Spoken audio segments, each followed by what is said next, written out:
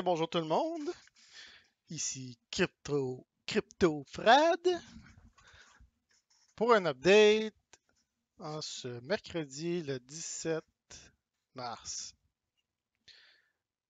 Donc, comme vous avez pu le constater, j'ai pas fait beaucoup d'updates récemment parce que il n'y avait pas grand chose à dire sur XRP. Quoique là, aujourd'hui, pas juste aujourd'hui, là. Depuis 2-3 jours, j'ai remarqué que le HVP sur la daily est prêt. Dans le fond, ça, ici en rouge puis en jaune, c'est une alerte. C'est juste pour me dire que, dans le fond, la période de contraction est terminée et là, on commence un nouveau cycle. Là, ça dit pas, ça dit jamais si ça va monter ou si ça va descendre. Mais quand le read est vraiment aussi bas que ça, c'est là qu'on a des moves assez puissants. Si je retourne en arrière, on peut voir que le dernier read que j'avais eu, c'était en octobre 2020. Ensuite, on a vraiment commencé à prendre le beat le 4 novembre. Que ça, c'était ici. Puis on a eu le bull run de novembre sur XRP. Si je recule, ici j'ai une autre alerte. Puis ça, c'était un pump de fond de 18 cents à 32 cents. Puis ici, c'est parce que les futures venaient de sortir, là. Mais si je vais sur le coronavirus, c'était ça? Ouais, j'étais ça ici. Ah non, dans le fond, puis quand il est rouge, dans le fond, ça, c'est une bonne indication que le top est in. Puis dans le fond, c'est ce qu'on avait eu. Quoique, il me semble que sur Bitcoin, là, en tout cas, je ne veux pas aller sur Bitcoin tout de suite, là, mais il me semble que sur Bitcoin, en tout cas, le read était à 0. Puis ça, il me semble que j'avais pogné ce move-là, grâce à ça. Je sais checker de quoi. Ouais, c'est ça, quand même. Là, ici, on en a un vers le bas, là. L'alerte est à 0 ici. Puis ensuite, on expand. Même que ici, on a le bottom ici. Bah, il redescend après, là, mais sur l'indicateur, j'ai le bottom. En tout cas, bref, c'est ça que je voulais vous dire. Donc, sur XRP, il y a de quoi de pas pire qui cook. Disons que c'est prêt. Euh, on va avoir de la volatilité. Ça peut prendre plusieurs jours avant qu'on le voie. Ça, je ne peux pas vous dire vraiment le timing, là. Ça peut arriver demain, comme ça peut arriver la semaine prochaine ou dans 2 semaines. Je pense pas que ça. Selon moi, c'est plus la semaine prochaine, euh, mais je pourrais me tromper. Autre chose, euh, les stochastiques. Donc ici, on a une consolidation. Stochastique rejecte la zone bearish. Puis le haut sur les stochastiques est plus haut que ici. Ce que ça dit, c'est que les vendeurs perdent du momentum. Donc, s'il y a moins de vendeurs, qu'est-ce qui arrive? Le prix monte.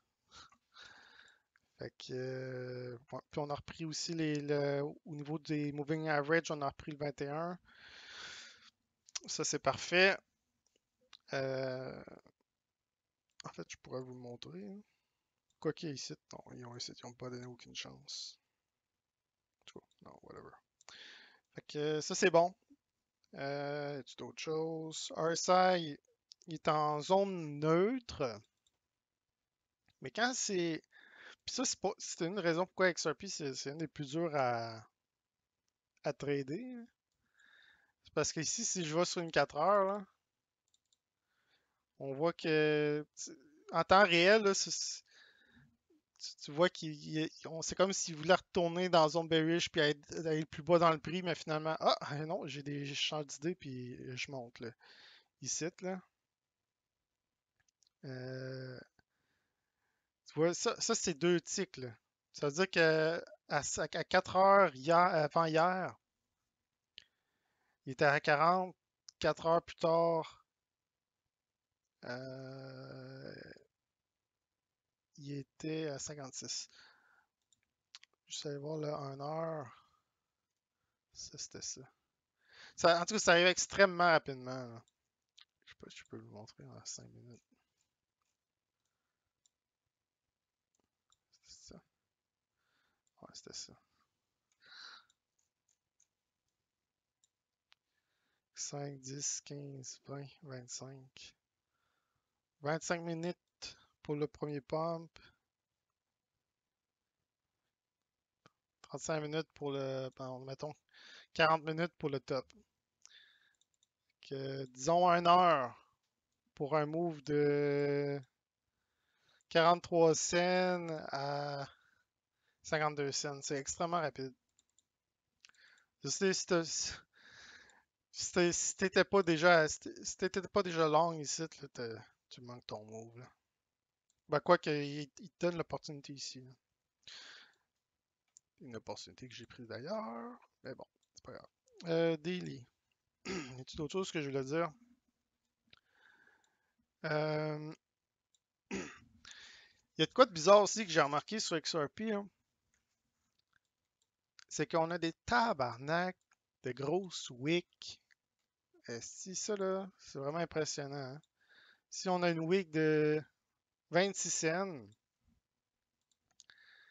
ici j'ai des wicks de 8 cents, 12 cents, puis j'en ai une autre hier, avant-hier, excusez, 5 cents.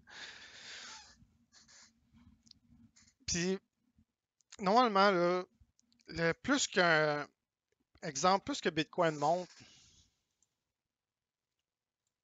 plus que les moves sont gros en termes de dollars. Comme là aujourd'hui, en fait depuis hier, là, oups, hier on a eu un move de 5000 pièces. Ça représente 9%.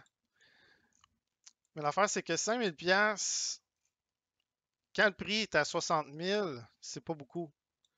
Mais 5000, quand le prix est à 11 000, c'est énorme. Ce que je veux dire dans le fond, c'est que c'est ça. Plus que le prix est haut, plus que les moves en dollars vont être grands. XRP, il est encore dans un range de 60 cents, entre 60 cents et 40 cents. Puis on a des wicks de 15 cents et plus. C'est énorme. C'est pas normal en fait. Normalement, je devrais voir des wicks de pas plus que 5 cents sur XRP, considérant le prix où il est en ce moment. 5 cents, ouais, c'est ça. 5 cents, ça représente 10%. Euh, en tout cas, je sais pas qu'est-ce qui se passe, ou qu'est-ce qui, pourquoi ça arrive, mais c'est juste pas normal de voir ça. On dirait qu'il y a quelqu'un qui fait des market buy. En tout cas, il y a des market movers qui sont très agressifs sur XRP. Hein. Très facile de se faire liquider, en fait, sur des choses de même. Si tu fais pas attention, si tu es over leverage ou si tu mets pas de stop loss. En tout cas. Y a-t-il d'autres choses que je voulais dire? Sur ma deuxième charte, j'ai mon DMI ici, qui est dans le fond une sorte de RSI. Vous pouvez voir que le bleu, c'est les acheteurs. On est en haut du threshold. C'est bon. Puis avec le ADX, dans le fond, ça c'est comme un peu quand il devient blanc, ça veut dire que la force est là. Donc, ouais. Après moi, c'est le commencement d'un beau petit pump. Euh, Jusqu'où ça va aller, ça, je sais pas pour l'instant, mais je m'attends à ce qu'il y ait au moins 60 cents. Probablement être testé ici, là, 58 cents et plus. Quand, donc, je pense que j'en avais parlé au début du vidéo. C'est parce que moi, quand je fais ces vidéos-là, je me prépare pas, OK? Puis ces vidéos-là que je fais en ce moment, je les fais pour mes amis. Je les laisse au public. Donc, s'il y en a d'autres qui sont intéressés par XRP ou Ripple, euh, ça change rien pour moi, là. Je suis pas là pour vendre des signaux ou je suis pas là pour donner des cours de trading. En tout cas, pas pour l'instant. Peut-être qu'un jour je vais en faire, mais pour l'instant, pour plusieurs mois, je suis pas prêt à faire ça. Fait que, en tout cas, ouais, un autre indicateur aussi qui est bullish, ben, qui commence à être bullish, c'est le MACD. Donc, même chose comme je disais sur les autres indicateurs. Dans le fond, c'est juste une façon de confirmer. On peut voir que le momentum des vendeurs a été réduit. Ben, il est rendu nul. En fait, là, on peut voir qu'on a un nouveau cycle qui commence ici, en date d'aujourd'hui. Parce qu'on a eu la daily il y a 20 minutes, là. Donc, j'ai un cross. C'est avec la fermeture d'aujourd'hui, dans le fond, qu'on va vraiment savoir si ça commence tout de suite, là. Euh, mais XRP, non. En tout cas, quand XRP commence, c'est extrêmement rapide, là. On a des estis de chandelles de malade, là. Euh, Puis je suis sûr qu'il y en a d'autres cryptos, mais c'est peut-être moi parce que j'aime beaucoup XRP, là. Mais il me semble que sur XRP, c'est toujours trois coches de plus que les autres, là, en termes de move ou de volatilité. À part de ça, je vais aller voir XDC parce que sur XDC, on avait eu un beau pump. Donc XDC, là, je vois plus rien.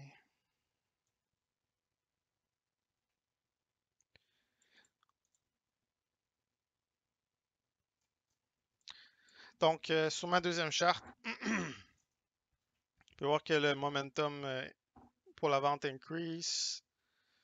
Mais, ouais, j'ai un. Non, ok, j'ai encore un higher low qui idéalement, là, XDC, faudrait pas qu'il y ait en dessous de ce niveau-là. Là, je vais me mettre une alerte. Euh, il m'en reste un peu, la majorité, j'ai déjà pris profit, là. Mais si jamais il ferme 24 heures en bas de ce niveau-là, probablement que je vais juste décoller ici. Puis je vais tout mettre dans XRP, hein, pour, en tout cas, pour une position moins à court terme.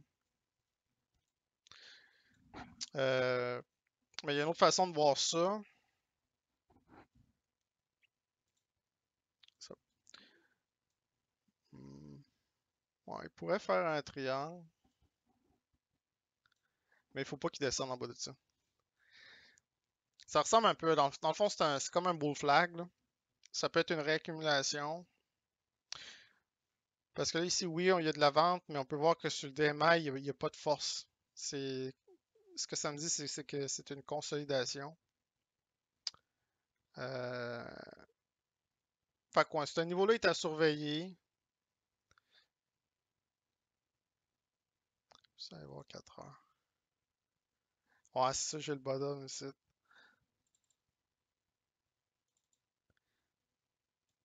Ok, 4 heures commence à s'endurcir. Bon.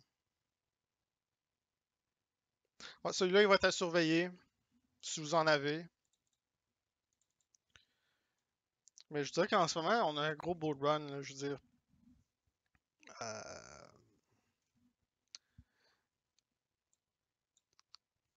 Ça dépend vraiment. Ce que je dis, là, c'est pas des conseils financiers, hein. C'est juste des informations, puis vous en faites ce que vous voulez avec, là, mais en tout cas. C'est d'autres choses que je voulais dire.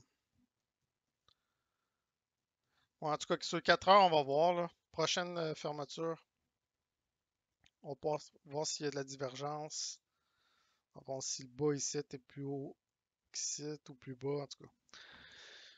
On va être à suivre pour XDC. Mais si jamais ça casse ici, ici, là, à 3 cents, peut-être même aller plus bas un peu.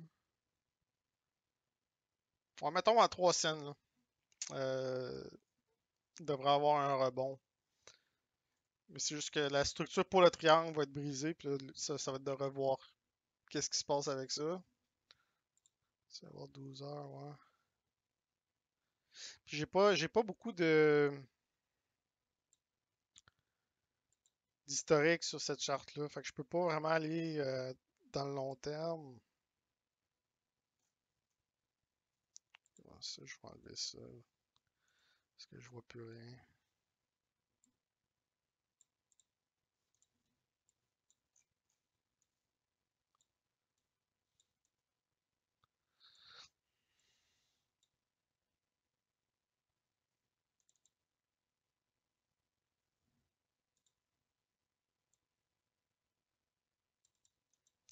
Ouais. C'est pas simplement le bottom, ça, ici. Consolidation sur 12 heures. C'est aussi le 4 heures qui commence à donner des signes. Mais tant que Bitcoin va monter, je vois pas pourquoi XDC descendrait.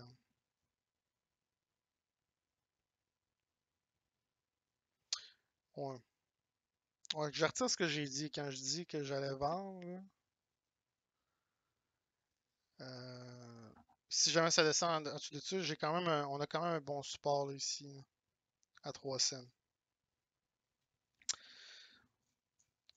Euh, Parler d'Ethereum un peu au cas où. Au cas où que ça vous intéresse. D'ailleurs, j'ai pas beaucoup de commentaires sur mes vidéos, hein. Fait que c'est sûr que si vous voulez que j'en fasse plus des vidéos comme ça, ben laissez-moi des hosties de commentaires parce que moi, si personne écoute, m'en calisse, je vais juste pas en faire des vidéos, là. Euh, En tout cas, Ethereum.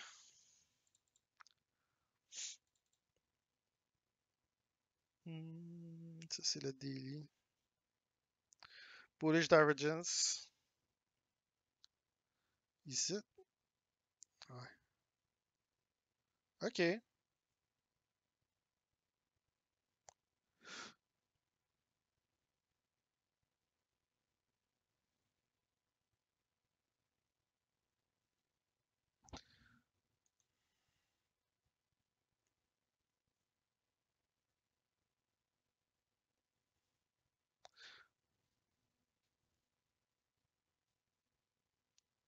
Bon, celui-là, il reste bullish. Pour l'instant, je vois quand même. J'irai avec la trend.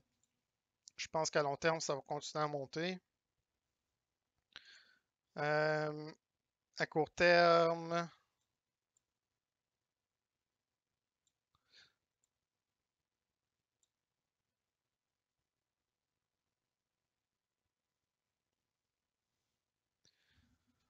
Ouais. Non, pour l'instant, c'est encore correct. Les stochastiques en zone critique, c'est normalement, une fois que les stochastiques sont en zone critique de même, c'est là qu'on voit des gros moves. Dans le fond, le momentum, il commence à être dans zone critique. Puis ensuite, on a le RSI qui prend le relais puis qui amène le prix vers le haut. Moi, celui-là, je pense qu'il va monter prochainement. En fait, on a déjà Bitcoin déjà sur une lancée. En fait, sur le Bitcoin, on le voit mieux. Surtout qu'ici, on allait avoir une bad cross. Puis à la dernière minute, quand on voit la jaune rebondir sur la verte, ça c'est extrêmement bullish. Euh, Fait que même chose pour Bitcoin, je pense que Bitcoin va monter lui aussi. Probablement à 61 000 et au-delà. J'ai un beau bullish reset là. C'est extrêmement agressif. C'est historique en passant ce qu'on est en train de voir là. J'ai hâte de voir à long terme si ça va. Qu'est-ce qui va arriver avec le marché parce que les lois sont sur le bord de sortir.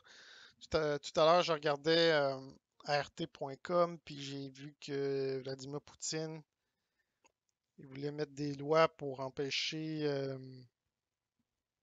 des transferts continentaux illégaux. Je sais pas comment ils vont pouvoir faire ça. Parce qu'il n'y a personne qui peut empêcher quelqu'un d'envoyer des transferts du Bitcoin. La seule chose qu'ils peuvent faire, c'est contrôler des échanges. En tout cas. Euh, ouais, fait que je pense que ça fait le tour de ce que je voulais dire. Que si tu as des questions, n'hésitez pas à les mettre sur YouTube idéalement. Merci.